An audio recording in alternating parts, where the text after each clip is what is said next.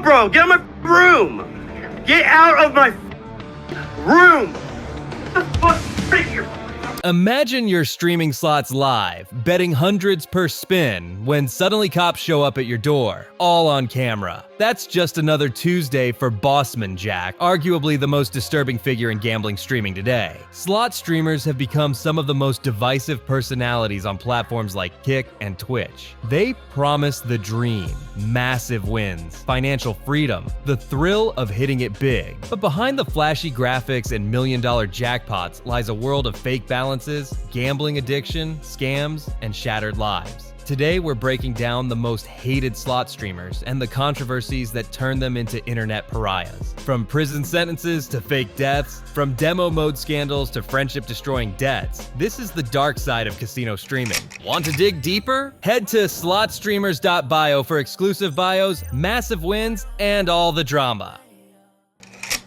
Let's start with the elephant in the room, Austin Curtis Peterson, better known as BossmanJack. If you want to know where gambling addiction leads, this guy is Exhibit A. In January 2025, BossmanJack found himself back behind bars, facing serious charges. We're talking felony drug possession and probation violations that could land him in prison for years. The guy is literally homeless and indigent, broke in every sense of the word. This isn't his first rodeo. At 19, he was arrested for car break-ins and sentenced to 5 years, but served only 29 days. Then, in 2015, he was back at it again with the same crew. In July 2024, after losing $10,000 in a single session, he attacked a family member. Police found drugs on him, and he was charged with battery, assault, and drug possession. BossmanJack's streams are basically watching someone self-destruct in real time. After being banned from Twitch for his behavior, he moved to Kick, where he's become infamous for emotional breakdowns, screaming at chat, and betting money he clearly doesn't have. Oh my god, 306!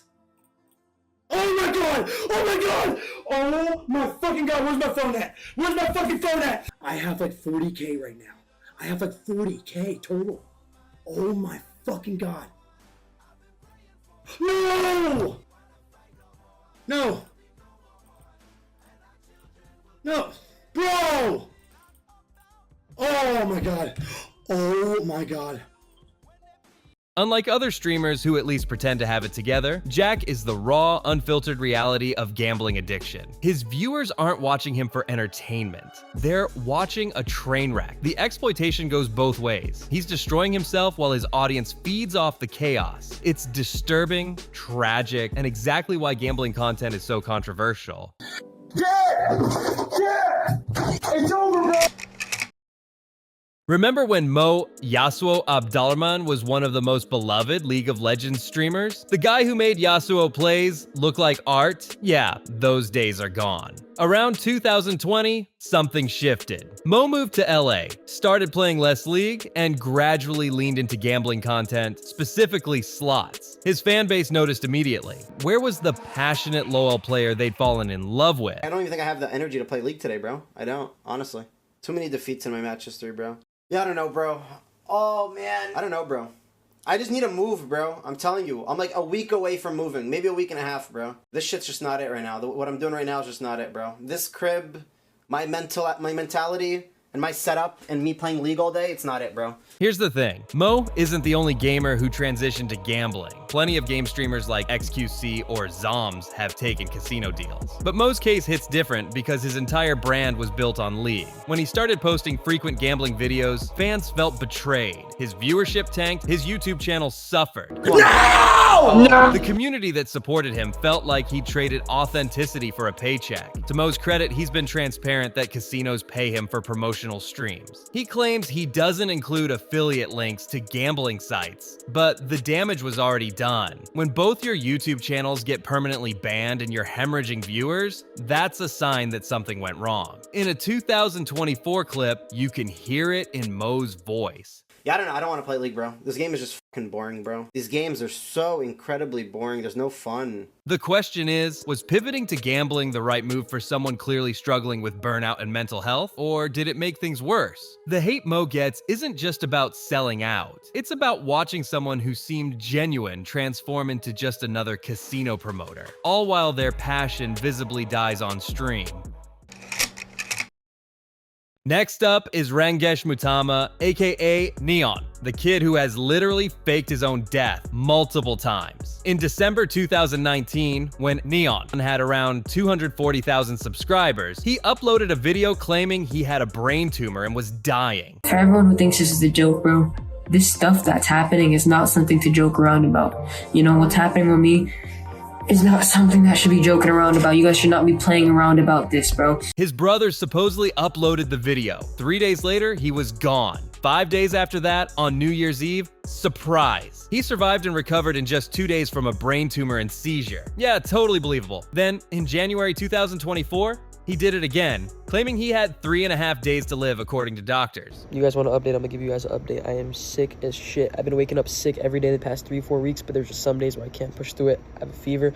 I'm sick as fuck, and I try to get up, but I can't do it. I can't. And then again in August 2024, saying he had 6 days to live, while fake crying on stream. Neon's gambling content is sporadic, but he's got a deal with Stake and stream slots on Kick. The problem, with his history of fake videos and clickbait, viewers can't tell what's real. Is that massive win on Gems Bonanza genuine or just another fabrication? In late 2025, he even partnered with Iggy Azalea to become co-owner of a crypto casino called Motherland. So he's fully embedded in the gambling world now. Neon's defenders say he's grown up. He stopped the death hoax nonsense mostly, but the damage to his credibility is permanent. When you've lied about having cancer and dying multiple times to get views, people don't just forgive and forget. The gambling sponsorships and crypto casino partnership feel like another chapter in the exploitation playbook.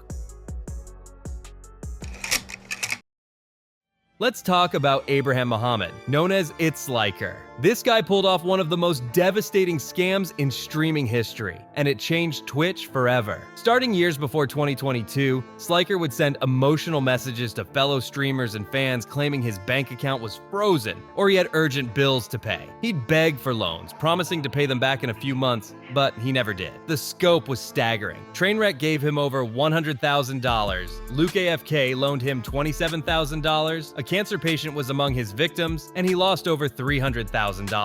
In September 2022, Sliker went live with a tearful confession. He admitted he'd spent all the money on gambling, sports betting specifically. Wow.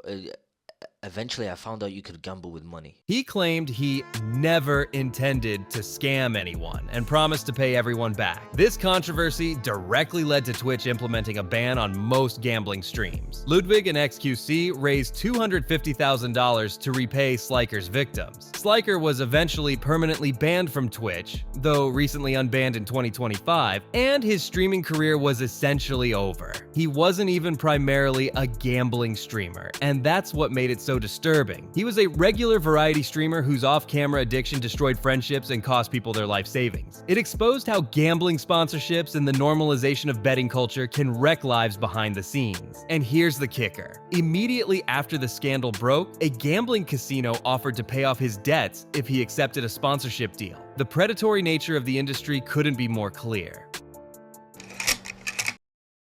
Finally, we have the OG himself, Ishmael Swartz, aka Roshtein, one of the first major slot streamers, holding the record for the biggest online slot win, and probably the most accused of fraud. Roshtein has been dogged by accusations that he doesn't play with real money since basically day one. The evidence. Back in 2019, during a stream, a viewer asked if he was playing in demo mode. Roshtein clicked to show the demo version, and his balance was identical. Beautiful crushing number. Okay, so yeah, about the guy who said, "Oh, how is it?" Yeah, you see this button here, practice. Can you see that through the stream here?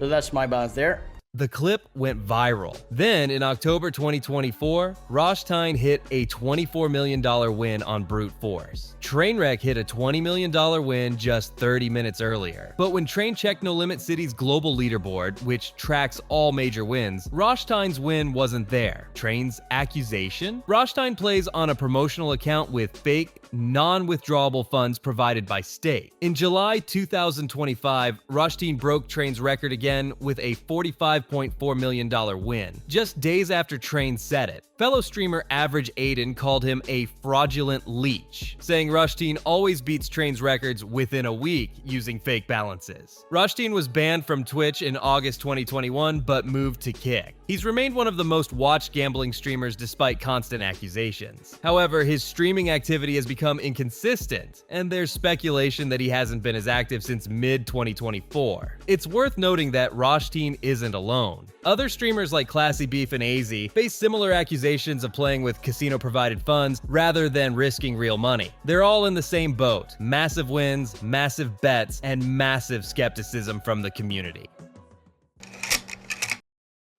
10 years ago, streamers were just gamers sharing their passion. Now, they're walking ads for crypto casinos. The line between real content and paid promotion has blurred. Despite the controversies, millions still tune in. Why? Because slot streaming feeds a primal urge: the fantasy of easy money and the spectacle of watching someone bet more in one spin than you ever will. But at what cost? BossmanJack is homeless and facing prison. Yassuo lost his community.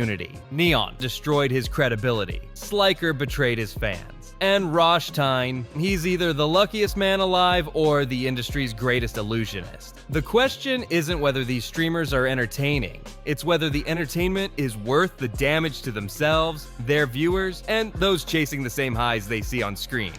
And if you're curious about the stories behind other streamers, head to SLOTSTREAMERS.BIO for deeper profiles and the drama that keeps viewers coming back.